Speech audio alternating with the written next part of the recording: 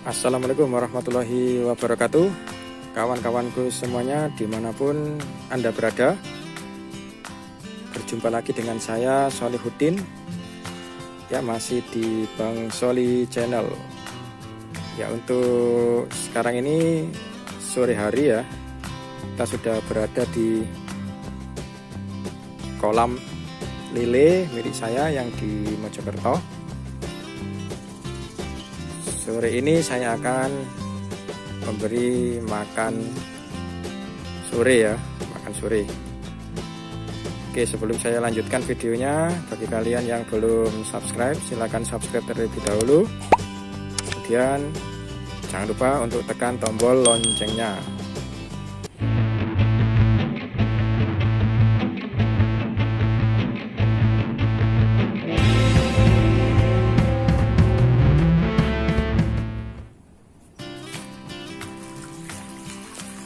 Oke ya,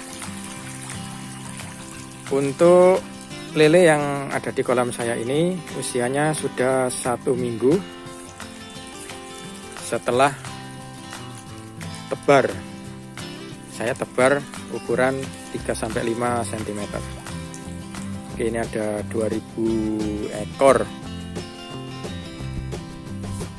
Oke ya, alhamdulillah setelah 1 minggu ini kematiannya masih zero. Alhamdulillah masih belum ada yang mati.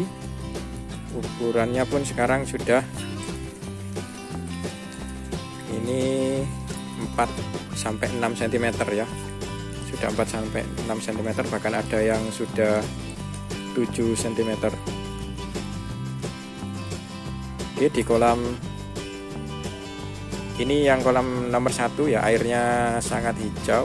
Ikannya pun sehat-sehat. Jadi kunci sukses untuk budidaya ikan lele adalah air. Ya, air harus kita benar-benar kontrol, terutama derajat keasaman atau pH. Untuk itu di sini saya dalam melakukan pengontrolan air ya, setiap 1 hari sekali saya turunkan airnya 10 mili. Turunkan airnya 10 mili ya, kemudian saya isi lagi dengan air yang sudah ditandon, bukan air yang langsung dari sumur.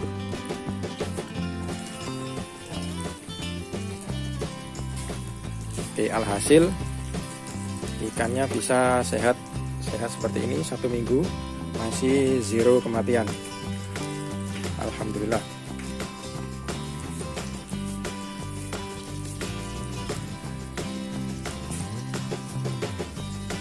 Oke, kita pindah ke kolam nomor 2.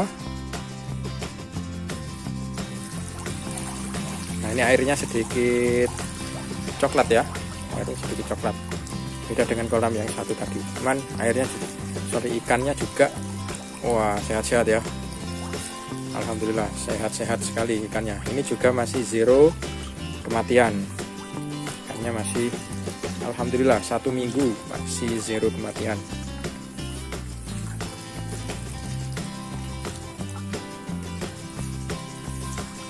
Untuk pemberian makan saya 3 kali sehari. Pagi jam 6, jam 7 saya kasih makan. Kemudian sore hari ya, jam 4, jam 5. Dan malam hari jam 9, jam 10.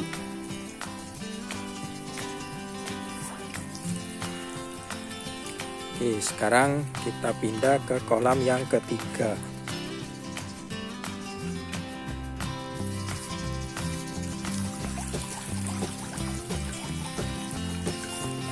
Sehat-sehat sekali ikannya. Usia 1 minggu, dari tebar ukuran 3-5 cm. Nah, sekarang sudah ada yang panjangnya 7 cm juga sudah ada ya. Oke, untuk pemberian makan di sini saya beri 6% dari bobot ikan yang ada di kolam sini. Jadi untuk satu harinya 6%.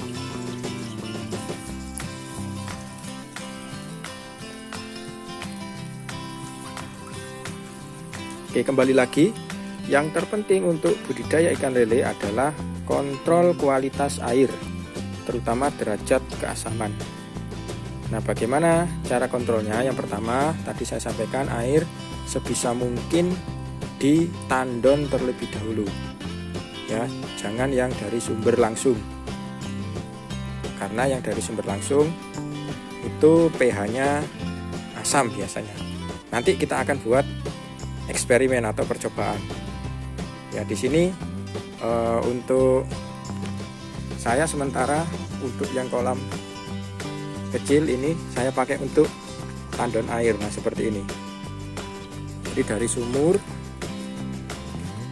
sumur ya saya masukkan ke sini. Kemudian di sini ini ya, dari sumur saya masukkan dan saya pompa. Saya pompa masuk dalam kolam. Jadi ini sementara saya fungsikan kolam ini sebagai tandon. Alhamdulillah tadi saya juga sudah dapat ini ya, tandon bekas. Alhamdulillah harganya murah. Nanti akan kita fungsikan untuk tandon air. Sementara saya masih menggunakan kolam ini ya, yang kita pompa seperti itu. Kita pompa, kita masukkan lagi ke dalam kolam. Nah, bagaimana kita buktikan kenapa kok air yang di dalam tandon itu pH-nya atau derajat keasamannya bisa bagus untuk lele. Kita coba lakukan eksperimen. Oke, sekarang kita lakukan pengecekan pH air, sekaligus nanti akan kita lakukan eksperimen ya. Di sini sudah saya siapkan 5 jenis air. Yang pertama sebelah kiri air sumur yang langsung saya ambil dari sumber air sumur. Di saya menggunakan air tanah. Kemudian air yang sudah saya tandon beberapa hari. Kemudian air di kolam 1 yang sudah ada lelenya ya. Kemudian air di kolam 2 dan air di kolam 3. Oke, di sini sudah saya siapkan alat ukurnya, yaitu pH meter seperti ini. Jadi bagi kalian teman-teman pemula, saya sarankan untuk membeli alat ukur seperti ini. Ini harganya murah. Oke, langsung saja kita lakukan pengecekan.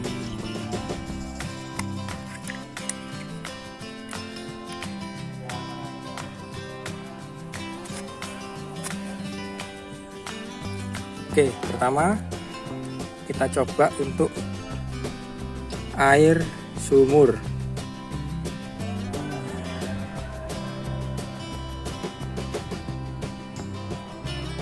Oke ya, nilainya 6,4. Oke, kita bersihkan dulu.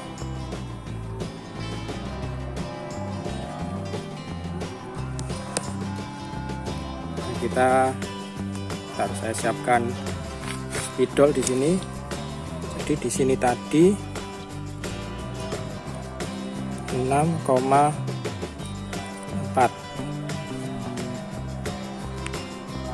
Oke, kemudian kita ukur untuk air di dalam tandon.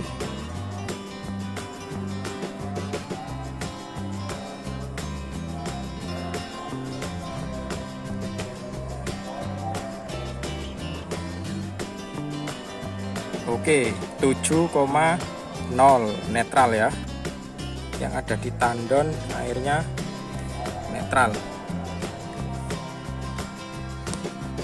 Saya tulis dulu.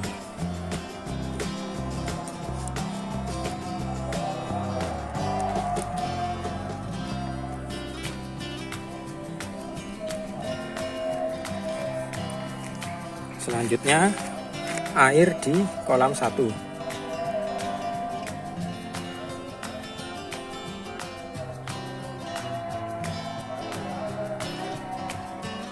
7,1.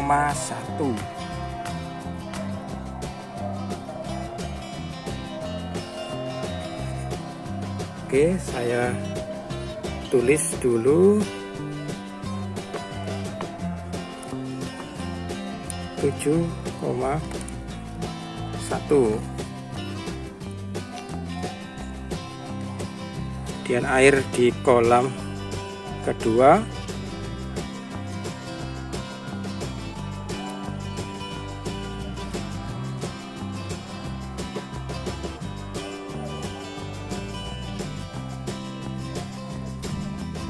6,7.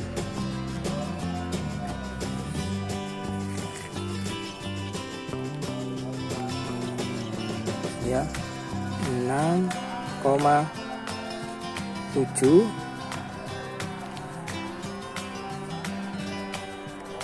Selanjutnya air di kolam ketiga.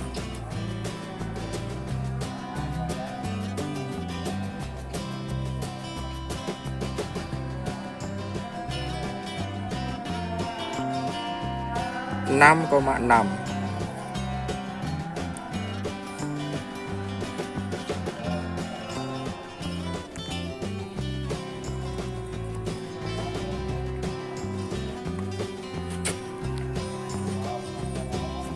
Oke, terlihat di sini bahwasanya air kita yang langsung dari sumur masih bersifat asam 6,4. Kemudian air yang sudah kita masukkan tandon ya, kita endapkan beberapa hari bisa netral airnya jadi 7,0. Kemudian air yang berada di kolam 1 ini sudah ada lelenya, ini 7,1. Kemudian di kolam 2 6,7 dan di kolam ketiga 6,6. Nah, jadi di sini untuk kolam yang ini ya, jadi lebih mendekati netral untuk yang kolam 1, warna airnya hijau. Itulah mengapa untuk air kolam lele biasanya lebih disukai warna yang seperti ini, warna hijau, karena memang pH-nya cukup bagus. Sedangkan yang kolam kedua 6,7 dan kolam ketiga 6,6. Nah, di sini terlihat juga perbedaannya air yang langsung dari sumur dan air yang kita tandon. Jadi kesimpulannya air yang langsung dari sumur kurang bagus untuk pertumbuhan lele, sedangkan yang air di dalam tandon bagus ya, sudah netral. Jadi saya sarankan untuk teman-teman pemula ya, khususnya air yang nantinya dimasukkan ke dalam kolam lebih baik air yang sudah kita diamkan di dalam tandon beberapa hari, karena pH-nya bisa naik atau menjadi netral dibandingkan dengan air yang langsung dari sumur ya. Walaupun tampilannya kalau langsung dari sumur seperti ini ya, sangat bening, tapi beningnya air tidak menjamin bagus untuk pertumbuhan ikan kita. Jadi lebih baik yang dari tandon seperti ini. Oke, sekarang kita coba lakukan eksperimen ya. Jadi ada yang bilang untuk menurunkan pH air itu menggunakan garam ya, nanti kita buktikan. Kemudian ada juga yang bilang menggunakan kedepok pisang sama kapur ya, kapur. Nah, nanti kita buktikan apakah benar memang garam, kedepok pisang dan kapur itu bisa menaikkan pH air. Oke, kita mulai dari garam dulu ya. Ini coba saya masukkan ke air dari sumur. Oke, coba aduk dulu.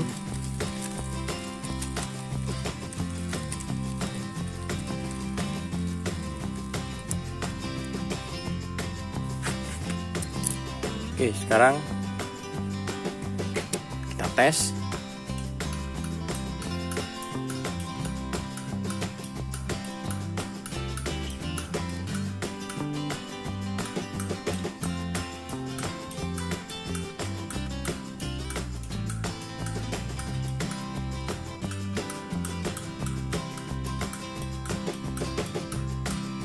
Nah, nilainya bukan semakin naik ya, tapi semakin turun.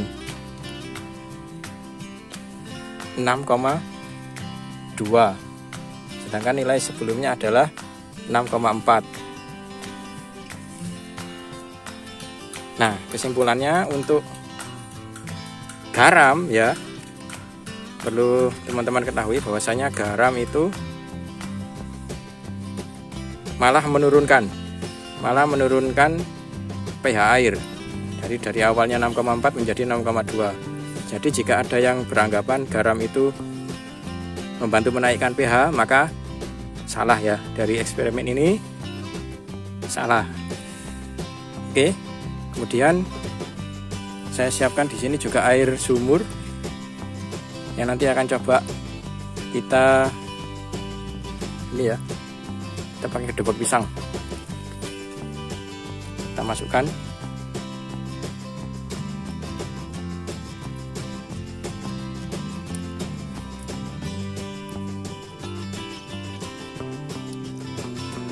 Ini butuh waktu sedikit lama, cuma tidak apa-apa, kita coba saja.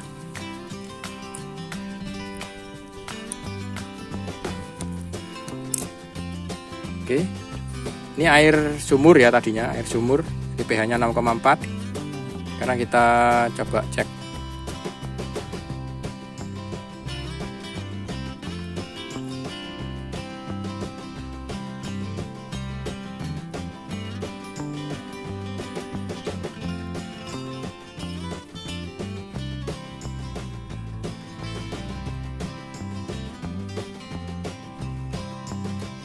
Masih tetap ya, mungkin karena kurang lama.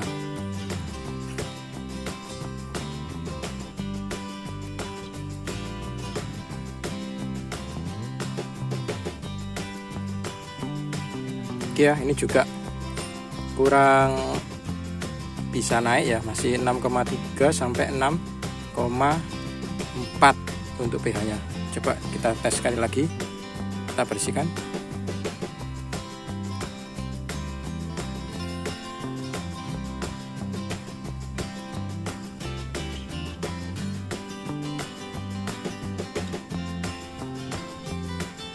Oke, 6,3. Jadi untuk kedobok pisang juga kurang begitu efektif untuk menaikkan pH air. Oke, di sini juga saya siapkan kapur ya. Coba ini kita tes ke air di kolam 3. Coba tes di sini. Karena tangan saya satu ya, jadi susah bukanya. Pakai tangan satu pegang HP.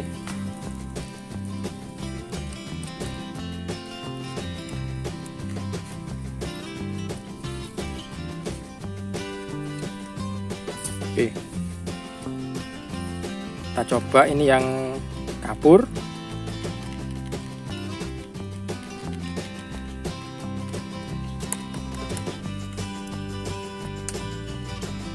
Oke ya, nilai awal 6,6.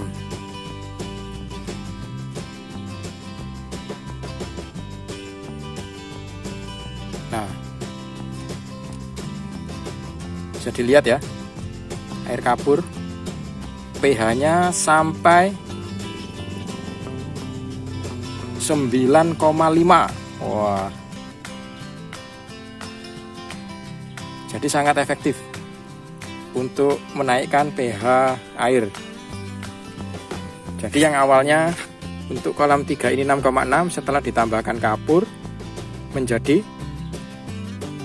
9,5 ya.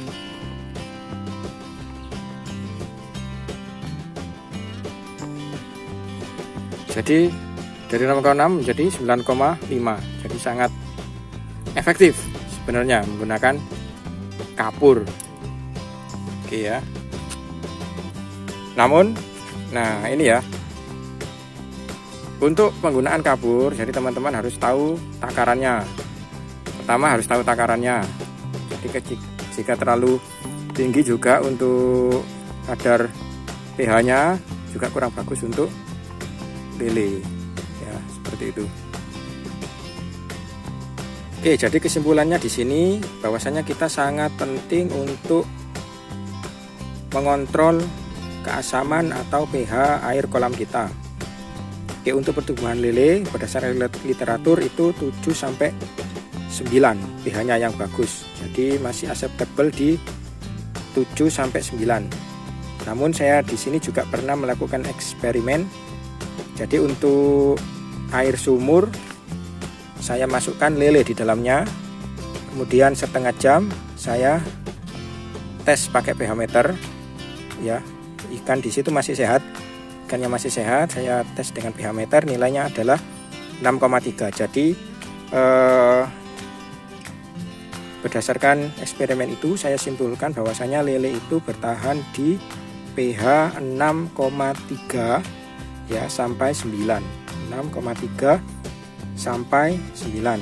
Itu berdasarkan alat ukur yang saya pakai tadi, pH meter itu 6,3 sampai 9 masih acceptable untuk kehidupan ikan lele. Nah, untuk kontrolnya bagaimana? Ya, berdasarkan eksperimen ini yang efektif adalah yang pertama kolam airnya harus ditandon dulu. Ya, saran saya pakailah air yang ditandon. Nah, seperti ini. Kita buktikan bisa naik ya dari air sumur yang langsung dari tanah. Dibandingkan dengan air yang ditandon itu pH-nya lebih bagus yang ditandon. Nah, fenomena ini dikarenakan lumut ya. Jadi yang di dalam tandon itu sudah tumbuh lumut sehingga lumut itu memecah senyawa-senyawa asam di dalam air sehingga menjadi netral pH-nya. Nah, begitu juga contoh kolam satu ini warnanya pun hijau. Hijau di sini karena ada lumut ya. Jadi lumutnya semakin banyak, pemecah asam juga semakin banyak sehingga pH-nya pun menjadi basah. Kemudian cara yang kedua adalah menggunakan kapur ya, tambahan kapur. Namun kelemahannya untuk kapur adalah teman-teman harus tahu takarannya. Ya, itu yang pertama. Takarannya harus tahu karena jika terlalu banyak maka nanti akan melebihi 9. Jadi tadi batasannya adalah 6,3 sampai 9. Nah, kalau melebihi 9 pun kayak seperti ini tadi 9,5 ya, itu jelek untuk lele. Jadi harus benar-benar tahu takarannya. Kemudian yang kedua adalah dalam senyawa kapur mengandung kalsium atau mungkin bahkan magnesium. Nah, dikhawatirkan adanya kalsium dan magnesium itu nanti akan mempengaruhi pertumbuhan ikan lele. Biasanya ikan menjadi tidak nafsu makan seperti itu. Jadi saran saya untuk teman-teman yang pemula dalam budidaya lele, lebih baik gunakan air tandon ya. Kemudian kuras kolam kalian sehari sekali, turunkan 10 cm, kemudian tambah dengan air baru yang dari tandon. Itu untuk menjaga derajat keasaman kolam lele teman-teman untuk pertumbuhan lele supaya bagus pertumbuhannya. Mungkin itu saja informasi dari saya, semoga bermanfaat. Ya, jika kalian suka dengan video ini silakan like. Kemudian jika kurang jelas silakan bertanya di kolom komentar, share ke teman-teman kalian. Ya, akhir kata, wassalamualaikum warahmatullahi wabarakatuh dan salam sukses pemuda peternak ikan Indonesia.